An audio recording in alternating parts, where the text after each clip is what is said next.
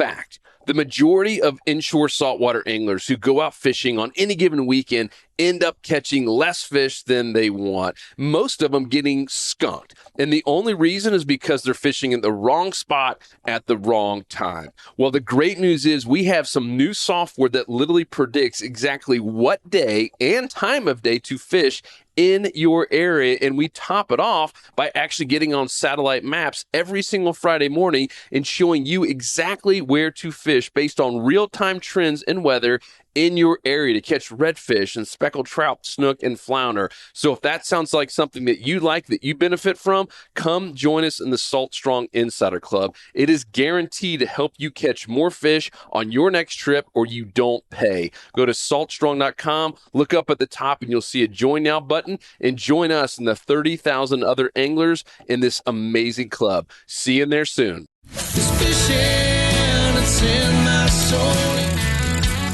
Welcome to the Salt Strong Podcast, disrupting fishing entertainment as you know it. Prepare to laugh. Prepare to get to know fishing legends in a whole new and unfiltered way. And on occasion, you might even learn a thing or two about fishing. Here's your host, Joe Simons. Like diamonds. Hello, Salt Strong Nation. Joe Simons, like diamonds, back again talking about trolling motors. We're going to talk about how to select the best trolling motor, talk about some brands. We've had a couple of little things going on the past year with the Pathfinder in terms of trolling motor going down, and just this whole supply chain issue. Couldn't get parts for months, and maybe you've experienced that, and that was frustrating. So we had to change trolling motors and kind of just talk about that whole experience. And but in general, just the some of the pros and the cons and the biggest mistakes that you can avoid. So we got Wyatt, we got Richard, got Lukey, and myself, and you got us now for the next hour. You can ask any questions you want as long as we talk about them, because this is not live and you can't ask questions, but you can ask questions below. So let's talk about types first, and just because it could be overwhelming, right? Even we had Barry, who's on our team in the marketing department. He's looking at getting his first boat, and he started reading. He's like, man, I didn't know about any of this stuff. I didn't know there's all these different types and different sizes. And he's like, it's overwhelming. And he's like, man, did you know that a black troll motor is different than a white? And you know if it was salt or fresh versus the other one, just because of the color, like going on. He's like, wow, that's just crazy. And so I was like, yeah, it'd be good to do a podcast on this. So Wyatt, we'll start with you because you're right here next to me, at least on the screen. Talk about your experiences so far as a new boat owner, and just how you picked out the type, and maybe any regrets that you might have, or things that you've had to change or add on to or take away from. Yeah, so my trolling motor journey began very shortly after I got my boat. I was just setting drifts for a while, and it just got down to the fact that I remember how fishing in the kayak was when I had the pedals and I was able to make micro adjustments and move around. And I knew I needed that in the boat. So I didn't have the money because I had just gotten the boat to go get a big fancy, Altera Minn Kota that deploys itself and, can run a track without me even touching a remote. So I just decided to start small, per Luke's recommendation, and just get something that I could kind of learn how to use a trolling motor with. And I think the first thing I'm going to recommend, because this podcast is to teach people, is to get a small tiller style trolling motor. And I actually went with this freshwater version. It was a Minn Kota Edge. I literally picked it up from Walmart for, I want to say, like $200. Luckily, I'm in an area that there's not a whole lot of current. So I was able to get something that was not as powerful. As you go up in thrust and power, they get a little bit more expensive. So folks that may be in the Carolinas or areas that have really heavy tidal flow, pretty much from Northeast Florida up, it's not going to be as easy without spending a little bit more money. But that's what I started with. And also having that tiller handle that I could, as I'm fishing, just like bump it with my hand or, my hip. I joked about that on a podcast not too long ago. But being able to just have that tiller handle to adjust, because the remotes can be a little bit overwhelming at first. Now, the downside of, buying that kind of cheap trolling motor to start off with is that, number one, it is a freshwater version. and I saw stuff start to corrode really quickly. The bottom got really rusty. The actual cord that you deploy the trolling motor with, for those of you who follow along with my weekly insider reports, you'll know that about 2 months ago, it completely popped. The cord that deploys it, like as I was pulling it, broke. And every time I wanted to deploy that trolling motor, I had to literally take it off of its screws, put it in the boat, and it was a nightmare. So know that when you go with freshwater, saltwater, that it's going to lend itself to longevity of the motor, components not breaking down. But you can start with a freshwater trolling motor to learn what you need out of one and how heavy of a thrust that you might want. So now I'm upgraded to a Minn Kota Riptide. But so how long did this freshwater one last you? Oh, a whole year. Okay. It lasted a really long time. And if the cord hadn't broke, maybe if I'd sprayed it down with freshwater more, it could have been a different story. And it's very possible I could have just repaired it, but it literally got stolen out of my out of my carport when I took it off one day to try and look at it. But it lasted a pretty good long time for the amount of abuse that I put gear through on a weekly basis. That's pretty good. And so what did you go to next? Yeah, so now I have a Minn Kota Riptide, and that's like kind of the starting model for saltwater trolling motors in Minn Kota's line. They've got a ton of stuff up from that, but this one's run by a remote, and instead of a cord to pull it, you now have a foot pedal so that you literally would depress in and lift the motor up.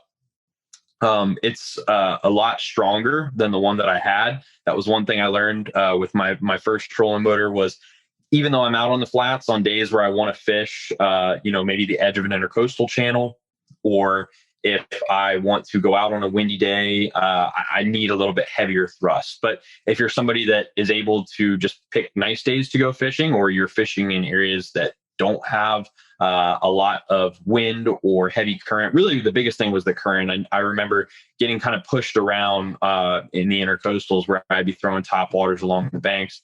And it was getting a little frustrating having to always mess with the speed on my tiller handle. I almost had it turned up all the way for the most part when that current was cranking. So I ended up going with a little bit of a higher thrust. But the biggest change now has been the remote itself. And like I said, it can be overwhelming to somebody that's new to trolling motors. But once you understand the dynamics of how that motor is going to move your specific boat around, you can then learn to use the remote a little bit better, because there's some functions on the remote that allow you to kind of set, not a course. There are some remotes that will allow you to do that. And I'm sure, Richard, I think you've got one that'll let you do that, and you'll talk on that later. But you can use different functions on some of these higher models that will let you just kind of set a path to really drift with the trolling motor if you're working a bank. It's a lot more efficient than the tiller handle. And then there's less space on the deck that you have to worry about. If that handle's there, you're fighting a fish, you bump it, now your boat's spinning around. You also have the spot lock with those remotes, which is absolutely amazing. There's a lot of cool little features on those Minn Kotas, stuff that I haven't even gotten to explore all of yet, because again, this new trolling motor is new to me. But it's a new step up, and one that I really would recommend for someone that has an idea of how trolling motors work and has used them for a while. But I wouldn't say that going straight to a remote trolling motor would be good for someone that's never used one. I would really recommend starting with a tiller handle. Cool. What about you, Richard? What's the journey? Yeah, so I've used pretty much all of it before, and the boat that I ended up getting was already, basically the Bluetooth with the remote. But with mine, it was not what they call the iPilot link. So it wasn't connecting to satellites or anything like that. It just had a basic Bluetooth remote. And that was really what I started with and got used to that. And pretty quickly was like, man, it would be really cool to connect to a satellite to where if I'm messing with a fish, the current, where I'm at, just like what Wyatt was saying, you could be 15, 20 feet away just by looking down and messing with a fish for a few seconds. So it's really important, especially when you're by yourself for a safety reason. The cool thing is with certain Minn Kota, that's what I have. Mine was the Tarova, the saltwater version, and it was already on the boat.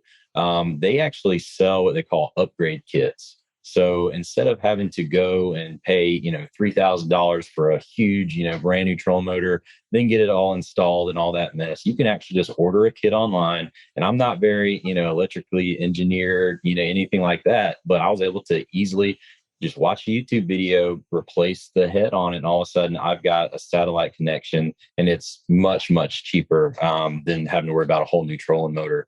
But yeah, one of the big things, going back to like the current scenarios and things like that is, understanding, what thrust does your boat really need for the type of fishing you do. So if you're only fishing, and the edges of, smaller bays, back creeks, things like that, you could probably get away with something that, isn't as expensive or really going to have to worry about, all that thrust or even a second battery, which we can get into batteries a little bit later too, because you just don't need as much power. But if you're fishing like where I'm at on the St. Johns River or the ICW or places where there's a lot of current, that extra amount of thrust is going to actually let your motor not have to work as hard. As well. So it's really good to go ahead and think about some of those things before you go ahead and purchase, because the last thing you want to do is purchase something that's, even $500, it doesn't matter, and then quickly realize it's not going to work out for you. But yeah, so where I'm at, I really like the, I have about an 80-pound thrust trolling motor now, and it works. And I've got a 19-foot boat. It's kind of a hybrid between a flats and a bay boat. And it works great with the current. So, but if I had a Carolina skiff or something like that, a little bit smaller, you could get away. I have a buddy who's got a J16, and he's got all the power he needs on a single 12-volt system and a 50-pound thrust or 55-pound thrust, and he can go all day on that thing. So definitely some good things to think about. Cool. Yeah, we'll talk about the batteries and thrust here in a little bit. That's good. Luke, you've been all over the place and still have, you got 3 troll motors in your possession. 3 working ones and a couple of non-working. I've gone through a lot over the years, and the number one, troll motors are by far the most important accessory to have on a boat. Just throw it out there. That's why it's important enough to talk about it like this. If you're going to be inshore fishing, a trolling motor opens up so many doors. It is well worth every penny, and it is way more important than anything else like push or power poles, fish finders. It is the number one thing to think about. Deodorant, anything. It just beats. Yeah, way more important. Yeah. Of course. And then also it is sunscreen. Why? Also important to match it to and just like what Wyatt and Richard have said, match it to the boat that you're fishing from and the type of fishing that you're doing. Very important. The good news is that there is a lot of variability, right? You can pair a lot of troll motors with one boat, so you don't have to find like the exact perfect one. You don't have to spend 2 years researching the purchase. Just make sure that it's in the ballpark.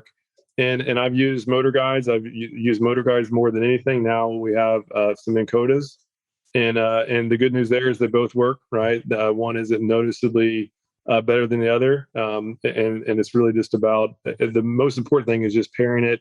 I think the tiller versus the electronic is an important decision. That's going to be a big, costly decision if you go from a tiller to the iPilots.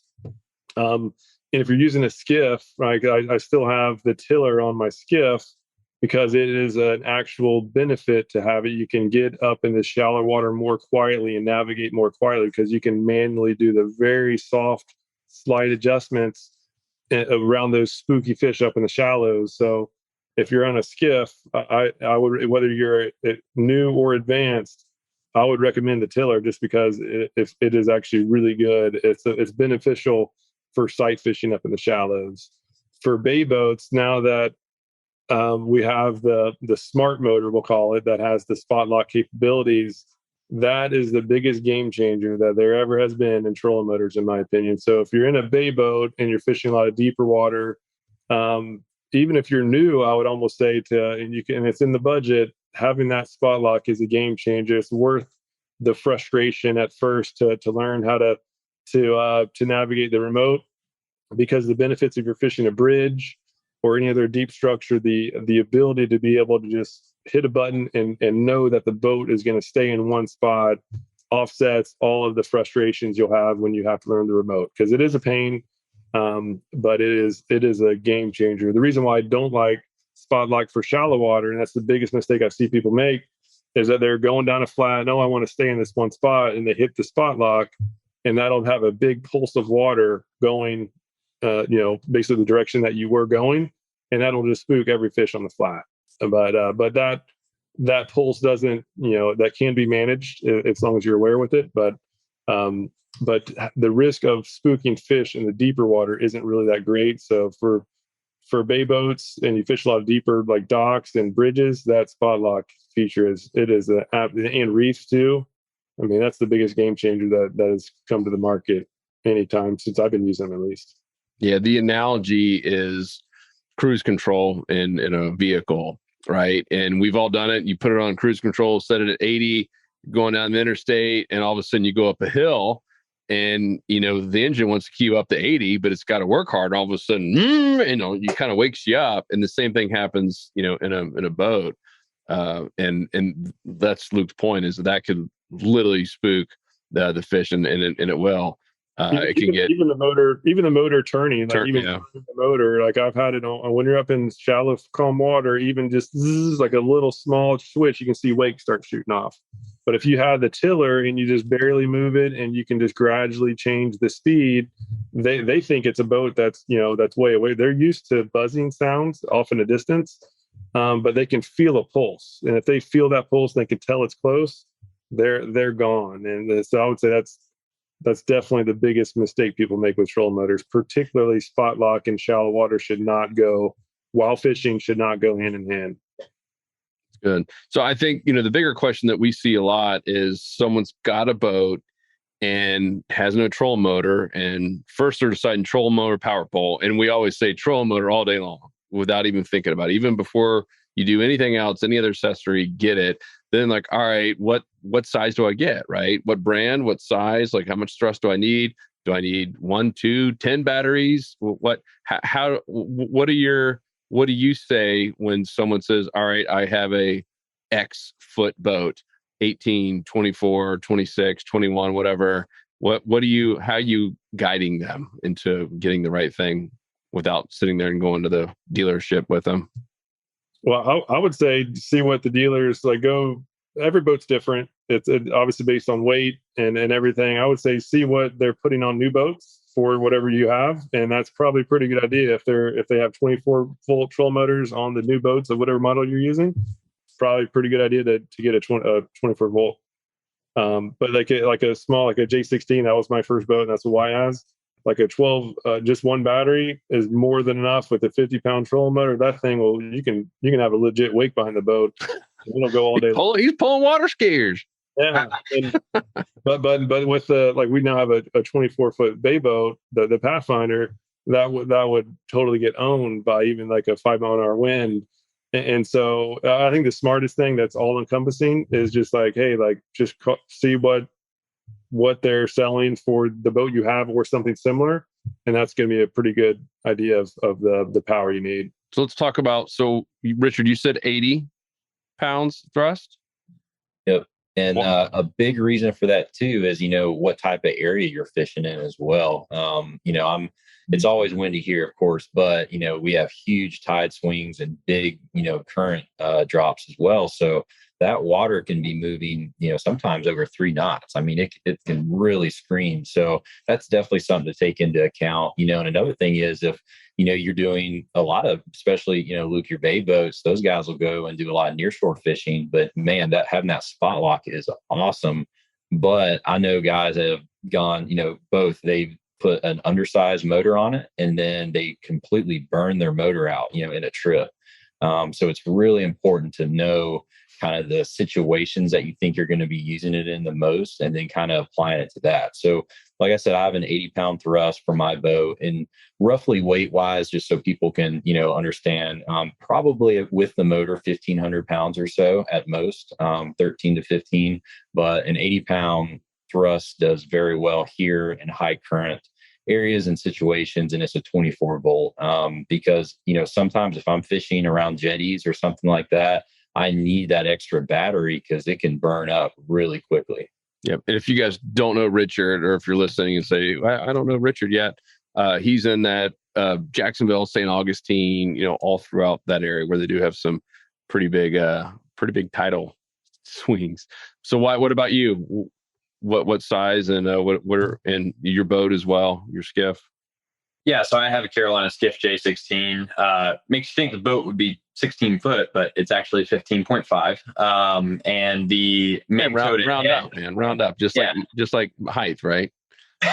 Yeah, 5'10" and a half. No, 5'11". 5'11". So the the Minn Kota Edge was a 30-pound thrust, and I would burn that up almost every single trip when I went out on the flats here in Texas. Again, we've got not a whole lot of current movement. Like a big swing for us is like 1.5 foot. I remember being in the Carolinas, and that trolling motor wouldn't have made it 2 hours in those creeks. Now that I've got the Minn Kota Riptide, it's a little bit stronger. I want to say it's 60, and that's a lot overpowered for that little J16. I just had somebody that was selling it, and I knew I could fit it on my boat for $200 when it's a basically $1,000 motor. I got a pretty good steal on it, so I went ahead and overpowered a little bit, but I felt like that was okay. Another thing is the battery consumption. I did have that 12 volt, like Luke said, on the J16. You only need a 12 volt for smaller thrust motors. But now that this is a 24 volt, I had to take two 12 volt batteries and rig them in a series, which if you don't know a whole lot about electrical stuff, it can start kind of becoming a pain unless you want to have to pay someone to install your trolling motor. So the thrust capability for my J16, I'd say somewhere probably 50 would be good for, a smaller skiff that's pretty light. And it's a flat bottom skiff, so it glides pretty well. But now with this 60-pound thrust, I can almost get on plane. So definitely overkill. Bump it down, I would say, if you've got a craft similar size to mine. Well, Luke, what about your both the Maverick and the Pathfinder? What size? Yeah, I mean, I do a lot of trolling motor fishing, especially on the skiff. It's basically I do a lot of power fishing, and so I rely on the trolling motor a lot. So I went up a level, and so it's a 17-foot Maverick skiff, which is it's a light boat. I have I guess it's a little over 80-pound thrust or so in there, so it's just 24 volt, and that thing goes. It'll go all day long too. So that's been great for the skiff. Could be lower, and it would still do just fine. And on the Pathfinder, it's a much heavier boat, and so we have a 3 battery system, so 36 volt, and I believe that's like 112 pounds or 115 pound thrust, and that works great too. That'll go all day long, and obviously the more you use it, the more you want to kind of go up a level. But that being said, it doesn't have to be like exactly perfect. There's a lot of give and take, if you will. And didn't we change size on that last one? Yeah. So I've always used motor guides, at least for the last long time. I love them. They've been great. And we got a motor guide on the Pathfinder. I still have the motor guide on the skiff. We basically ended up burning up the motor guide on the Pathfinder, and something happened with it. And it was right in the middle of COVID where it was impossible to get parts. So we're out of it. We're out of trolling motor there for like 3 months. Couldn't even find any trolling motor on the market. Technically, we needed a 60-inch shaft. That's what came with the boat. And per the research, where they have the recommended shaft lengths for the height of the transom above the water, we technically fit in the 60-inch shaft range, and just could not find one. And finally found a 72-inch shaft trolling motor, and just went ahead and bought it. Okay, like it might not be the right size shaft. Hopefully it'll work. And even though we went with a longer shaft length than was recommended, it still works great. And so I'm really happy we did it. It's actually a benefit for reef fishing is one thing that I learned. If you are going to be doing a lot of reef fishing and you get the recommended length, right, based on the transom, that recommendation isn't really set for a lot of wave activity. So if you're going to be doing some reef fishing, knowing you're going to be out on some swells and you want to keep position, if that trolling motor is getting bumped out of the water on the swell, you're going to first of all make a lot of noise, and then second, you're probably going to chew up, just burn up the trolling motor too. It's not good for that blade to be blasting out of the water. And so now we have an extra foot of shaft length, so that enables us to now get out there on the reefs on relatively choppy days and still hold position, which is a huge benefit. But the con of going too long of a shaft is that now fishing the flats, if we need to raise it to get the trolling motor away from the grass up in shallow water, now we've got to cast over this trolling motor that's almost like looking at you in the face. You really do have to cast, and it looks so big because it's got the auto deploy and it goes all the way up and then down. It's like, whoa. Yeah, like skip casting, like you really can't skip cast over. You got to like go over. It's weird, but again, it's really about usage, right? So if you're doing a lot of reef fishing, you can care less about how high it is when you're flats fishing. And then, but if you're only gonna do shallow water fishing, you can care less on handling big swells. So a lot of it's on usage. But again, the good news is even if you're off a little bit, it'll still work. It'll still get the job done. Yep. Let's talk about mounting as well, because what you talked about, doing it yourself, and people say, all right, do I do it right or left side? What am I doing? And then you got to also think about, where do you want these holes? It's kind of sucks if you have to move them. Like we had that issue, right, Luke, where the front cleat, you can't even open it. It's not even usable because it's just, it's covered up like by an inch from the main mount. It's like, that's a little bit frustrating. So talk about any experiences or lessons learned on mounting these bad boys. So I would say probably the biggest thing you want to make sure of is that when that motor's deployed, number one, the shaft isn't touching the gunwale or your boat. It's not going to be rubbing against anything if you are mounting it yourself. Secondly, when it does deploy, it's as close to the center of the bow as possible, because that's going to help when you're actually navigating with the trolling motor, that your boat's not swinging off to one side or the other. If you have that trolling motor just kicking the left side of your boat because you've got it mounted too far to the left, your boat is not going to track properly. The trolling motor needs to be in the very center of the bow for it to work well. So you have to kind of almost mount it at an angle. If you obviously put it directly straight center on the bow, most folks fish right on the center of their bow, standing there. So it does kind of take up a position, but you need to mount it to where that shaft's going to come down in the center. And then obviously you can turn it around with the remote or the tiller, and it'll be fine. I would say that stainless steel hardware, definitely really important. I went with regular steel for the freshwater version. Yeah. So when I used what came with the kit, not thinking about how it was going to rust and not picking up the saltwater hardware. So when I was taking, some of the mounting plates off, it was much more difficult. But also you don't want to have rust stains on your boat. So use stainless steel hardware. And then lastly, always think about where your battery source is going to be and how those wires are going to be getting from your motor to the actual, the hull of the boat, usually where your batteries are going to be. So I've got a forward hatch that I use and I put my batteries in.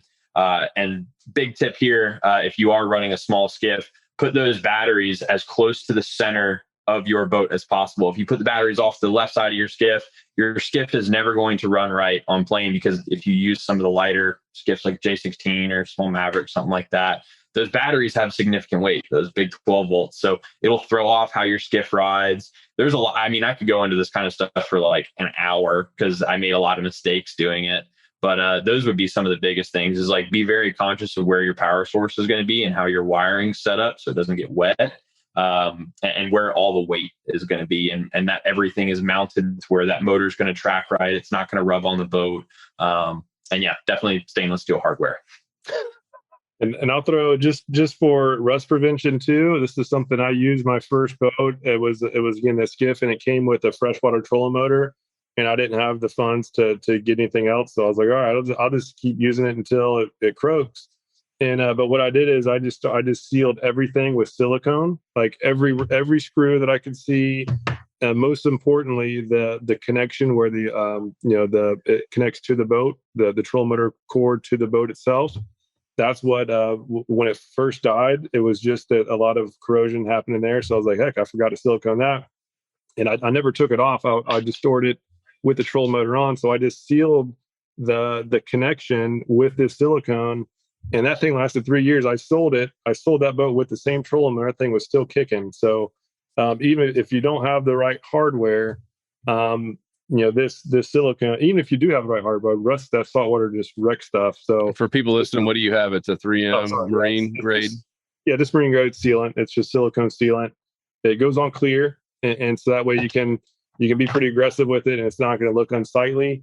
And then if you do have to peel it off, like whenever I do unpower it, I just peel it off and the silicone comes right up, and it looks like it never even was there. So it's been that's certainly saved me a ton of money over the years. It's just silicone, those connections especially. And if you are splicing wires, always use the heat shrink stuff. That is a game changer as well. So protect the wires, long story short. Richard, what about you? Any mounting mistakes or just general things that you wish someone had told you? Luckily, no mistakes yet, but a few big things to keep in mind. I know Wyatt touched on it, but when you mount that motor in the front or the bow, a lot of times, especially with like Minn Kota, the kind of platform or base is almost 2 feet long. It's pretty dang big. So something that you need to do is kind of angle it to where it's still going to move that shaft of that motor into the front of your boat, but you can do a full 360 with it, and it's not going to hit any part of your, bow or the crest of the boat. Because I've seen that happen so many times, especially, those shafts, they do have a little bit of flex in them, not much, but a little bit. And if you are really, going hard on one of those things, it could move back an inch or more easily. And if you don't account for that ahead of time, you could be hitting, your boat with the blades, and that's a bad deal. The other thing is too, with a lot of these newer boats, a lot of them already have connections that are made for you in the front of the bow. So that's good to think about too on, placement for wiring and stuff like that. Because the last thing you want is a big wire going across the front of your boat, because anything that can get hooked on it will get hooked on it. And then lastly, a lot of boats now, the dealers kind of actually have recommendations on where to actually place your batteries, especially if it's like a 24 or even 36. And, if you can, usually it's better the closer to the front of the boat you can get, typically is better. I know Wyatt was saying in the center, that's absolutely necessary. But many times if you can move it to one of your front hatches, that will really help you out a lot, because you got to think most of your weight is going to be in the back with your motor, and it'll really help you plane off a little bit better and faster too. That's good. Didn't you guys have like that protector? I don't even know on the name of it, that prevents it from just slamming up and down either while you're trailering it or if you're hitting waves. You guys have that? No. Let it ride. Right, because I know Hollywood. I think some of the guides have it just from use and abuse every day and hitting just waves. And I noticed Hollywood. I think Deeks had one that was similar. Yeah, and the longer the shaft too. So Hollywood definitely has the 72-inch shaft on the bay boat similar to ours. So he went up a level just again because he does a lot of shark fishing and stuff, offshore and yeah, so the longer it is, the more it's going to be flexing as you're going over wakes and stuff. We have the 72 and let it go. It's definitely bumping around a little bit, but it seems fine so far. So it definitely won't hurt. But I don't think it's required unless you're doing some hardcore running in like really big seas a lot. So I do have a tip there that I got from one of the guys that runs a trolling motor shop here. If you are using like the Minn Kotas that get deployed by the foot pedal, where you push it in and then step down, those have a tendency to fail, or even as they get older, the motor will release off of them with a significant amount of pressure. Even when you're trailering your boat, if you come to a hard stop, you're trying to prevent rear-ending somebody, you go to a hard enough stop, that motor can actually come up and deploy. And that bracket that cinches further up the shaft, where you can actually set the depth of your trolling motor when you're on a flat or whatnot.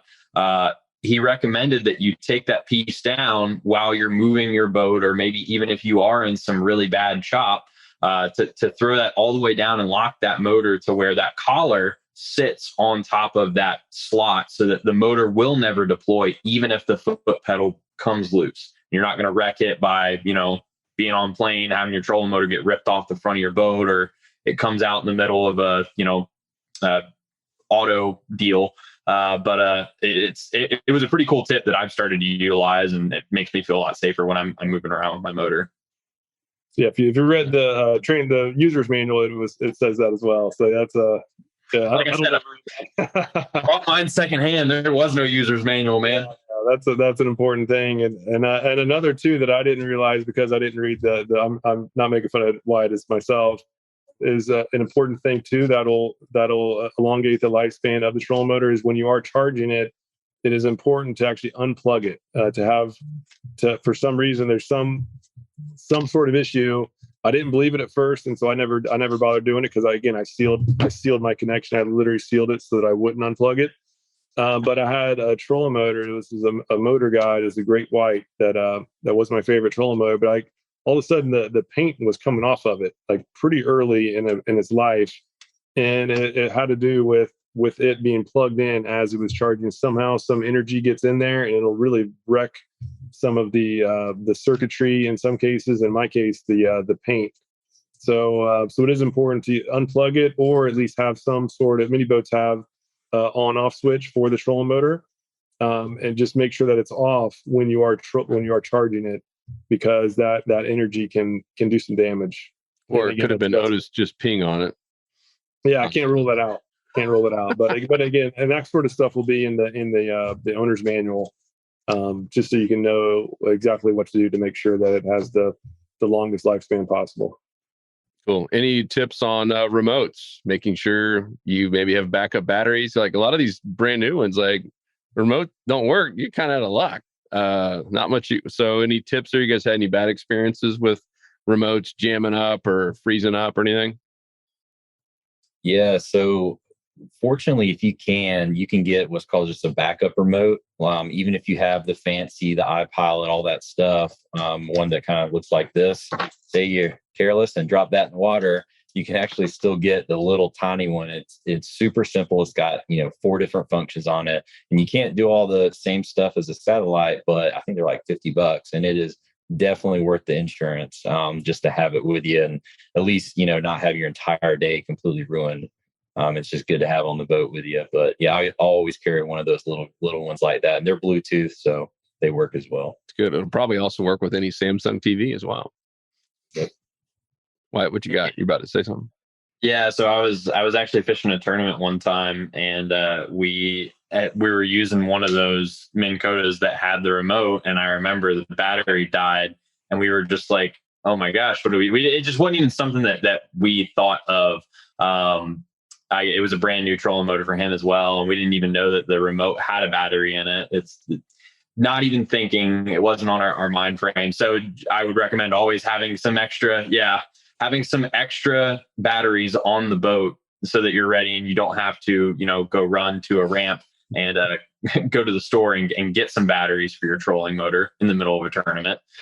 Always have extra ones on board for sure, and seal up the compartment of your remote. When I first got this trolling motor, I was handed the remote by the guy I bought it from, and when I went to go use it, I couldn't figure out why the trolling motor wasn't working, why I couldn't get it to turn. Some of the functions worked, some of them didn't, and I had popped new batteries in there. What had happened was, because the back of the remote had gotten wet, had gotten salt water on it, it had fried some of the circuitry when I took it to this trolling motor place that I told you guys I just got that cool collar tip from. And it was literally just the remote that wasn't working because it had gotten wet. And he recommended to throw some, electrician's tape over the back of it where that sealing is. So try to make sure to the best of your ability that you're making sure that remote doesn't get wet, but that you have it sealed as well, because that it can get to be a very expensive repair and fix. Those remotes are not cheap. Good.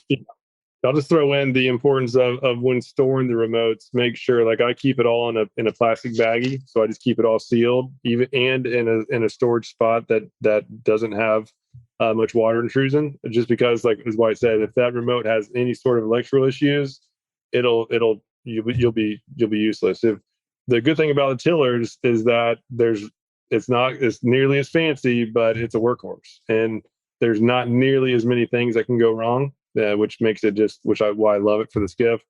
But having that remote sure is nice for the bay boats. It just comes with some added cons of just making sure to take care of it, and even with the batteries, have extra batteries keep them in a Ziploc bag, like keep everything as sealed as you possibly can. And I haven't had a remote go bad yet, but I have been in an instance, maybe more than one, where I get out to my spot and I realize that my remote is here. So we now have the Ultera, and that one it's a remote that you charge up. So I'd have it here charged up, hooked up to my computer to get charged, and it would still be here at my desk when I'm out on the water. And so I would just say, if you're like me and sometimes you get anxious and you're getting in a hurry to go out there fishing, is if you bring the remote inside, like tie it on or clip it onto the keys to the boat so that you literally cannot go without the remote. Because I don't charge it up after every trip.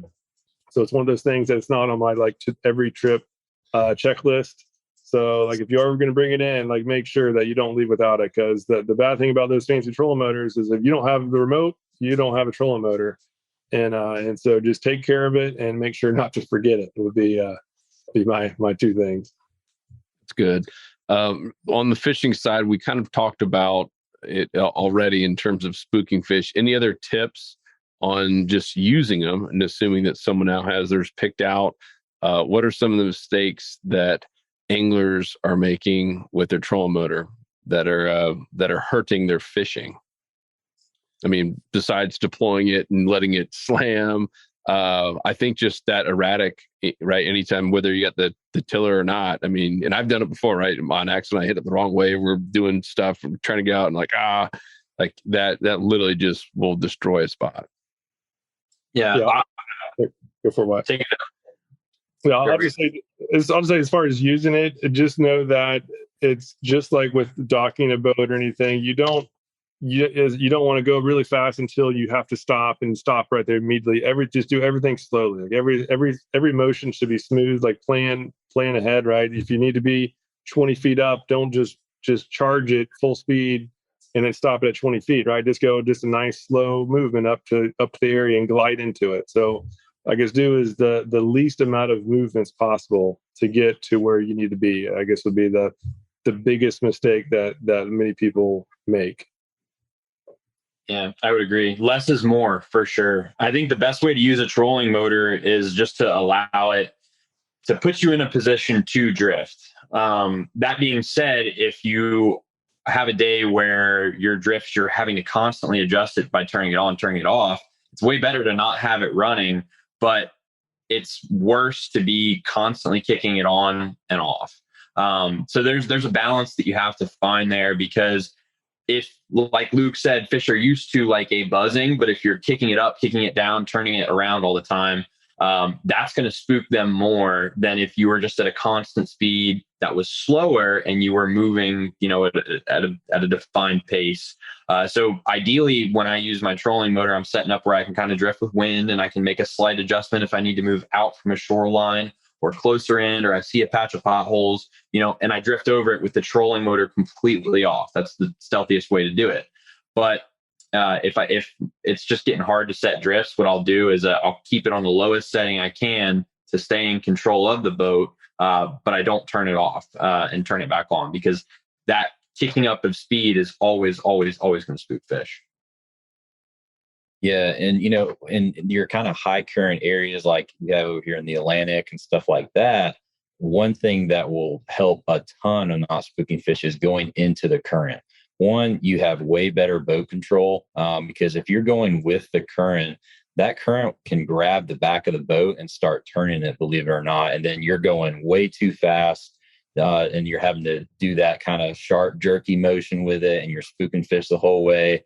Plus, you're not even throwing, in the right direction as well. So going into the current's huge. And another thing with, people and folks who got the kind of the iPilot or the satellite, type of trolling motors that can connect and do that, spot lock is awesome. Don't get me wrong, but man, it will spook fish like crazy. So what I mean, is if you're going into an area, I've done it before where I'm going and then I'll shut off or immediately hit spot lock. And what happens is you're still drifting from that initial, push that you were going on. So what'll happen is that motor will do like a 180, and before you know it, the boat spin around, and it takes a minute to calculate the wind and current and where that's going with the boat. So a super cool feature, and probably one of the best is going to be this little button right here. It's got the little north arrow on it. This thing is awesome because what you can do with that is it's technically not spot lock, but if you can position your boat into the current, and while you hit that, it'll put you on a certain azimuth. So even if you're at like a 1 or 2, what you do is you're kind of matching or going against the speed of that current, and it's basically putting you in a spot lock position. But that way, the spot lock motor isn't going all crazy or doing those, big thrust on the left and the right to keep you in that exact spot. This is actually even better. It keeps you on an azimuth. But what will happen is it does micro adjustments versus the big hard adjustments to immediately get you back over kind of in your spot. So that was a really good tip I learned because I was like, man, I am spooking a ton of fish right now. So I started doing that and it helps a lot.